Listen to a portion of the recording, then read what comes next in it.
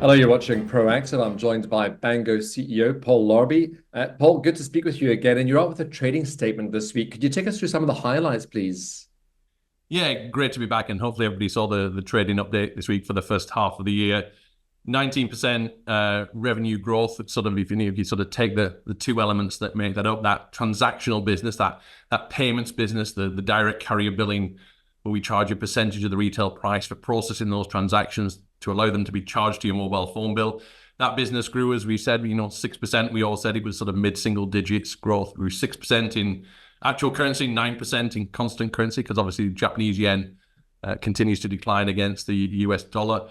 For us, the exciting element is obviously that other bucket of revenue, which is dominated by the DVM, which grew by 64% year on year. So really solid growth in that business. And also a big change in sort of profitability. We went from a slight EBITDA loss in the first half of last year to in excess of 4 million. Report the full number when we do our full interim results in September. But that's a big swing. You duplicate that into the second half. Newer business that comes in is at a higher margin. Some further cost savings. We feel really positive about a really big EBITDA change year on year and meeting those market expectations for profitability as well. So I think a really good start to the year. Paul, could you really maybe expand on that DVM growth? Because that really was the driver of the first half. Yeah, and I guess there's sort of two elements of it. You sort of take the recurring revenue. Remember, this is a license model. So the DVM is the product that helps people who have a subscription service distributed through a channel. Mainly those channels are telco, and we charge that telco a license fee based on the number of subscriptions that we manage on their behalf. And that creates this recurring revenue stream that grew by 130% from the first half of last year, is now just shy of 13 million. And that growth is from sort of new customers. And we sort of signed 4 new deals in the first half, which are now live. And one of those included our first win outside of that telco sector into the banking sector with a bank in Latin America. So really good growth on new customers, but also we're starting to see some good growth on existing customers, and you see that in that net revenue retention figure, which was 159%, and that's that growth in revenue from exactly the same cohort of customers we had in the first half of last year. If we look at that same cohort of customers this year, it's 159%. growth. So it really exciting growth from both existing customers as well as new customers continue to join the ecosystem. Paul, could you take us through your eDisti model and the benefits that offers? Yeah, so our eDisti program basically allows us to distribute the digital vending machine, if you like, pre-stocked, if you like, to telco. So it comes not only with the technical capability to collect the hundreds of merchants that we have connected to the platform, but it comes with actually the commercial ability to resell those as well. So it saves telcos having to do that commercial agreement with the content owner. They can get that through us. So in effect, we sort of buy and resell. So it's sort of a reseller model. And the driver when we put that together was to bring, enable telcos to get to revenue quicker and to launch more quickly with sort of new services. That's a program we've continued to see good traction on. We now have 16 merchants which are signed up to this program. Includes people like Microsoft that we talked about previously. And one of the highlights for us in the first half of the year was we signed a big name, a big tier 1 SVOD provider to distribute their products as part of that eDisti program. So I think that validates really the fundamentals of that program in helping both content owners expand into telcos and also helping telcos and other verticals get access and get to revenue quicker by having this pre-stocked digital vending machine.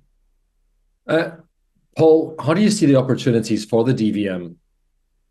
Yeah, I think the DVM is sort of very tightly sort of connected to this subscription economy. I think last time we spoke, we talked about Uber and the sort of diversification of subscriptions away from traditionally what we've always thought of, which was sort of music, gaming, and sort of video services into other services as well. And I think again, that's I think that also highlights the value that the DVM can bring. And we're seeing sort of increasing proof points in various analysts and sort of press reports that this bundling effect, which is what the DVM enables, helps reduce churn both for the telco. So Verizon in the previous quarter results reported a 60 to 70% reduction in churn because of bundling. And we see various reports from content providers who say when they take with a content service, when it's bundled with another service, it can again reduce churn by as much as half. So there's real evidence that sort of bundling works. And the subscription economy overall is starting to grow. We've seen a lot of price rises recently. Microsoft with Game Pass Ultimate really recently announced sort of price rises. We see ad-supported tiers coming in. We see more variations of levels within subscriptions, whether you sort of, as you move from sort of the ad-supported to the exclusive tiers, more creative elements in terms of some of those prices with some exclusive content in some subscription tiers.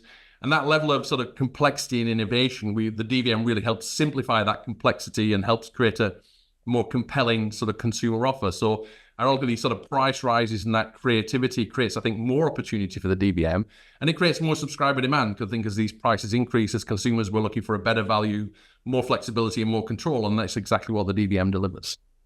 Paul, what's next for Bango? So full interim results in September. So look forward to updating investors there and giving more progress. New events as they come out, we'll continue to push the news out as and when we can. It's obviously always a little bit frustrating. Sometimes we're restricted from talking about some of the really exciting things that we have going on. But yeah, look forward definitely to an update in September, if not before that. And I say we're in a good solid position. Good first half puts us on well to deliver the market expectations for the full year and for return to net cash position in 2025. So yeah, good start to the year. Couldn't ask for anything more, really. Well, I hope you'll keep us posted on any progress. Thank you very much for the update today. Brilliant. Thanks, Stephen. Take care. That's Bango CEO Paul Larby.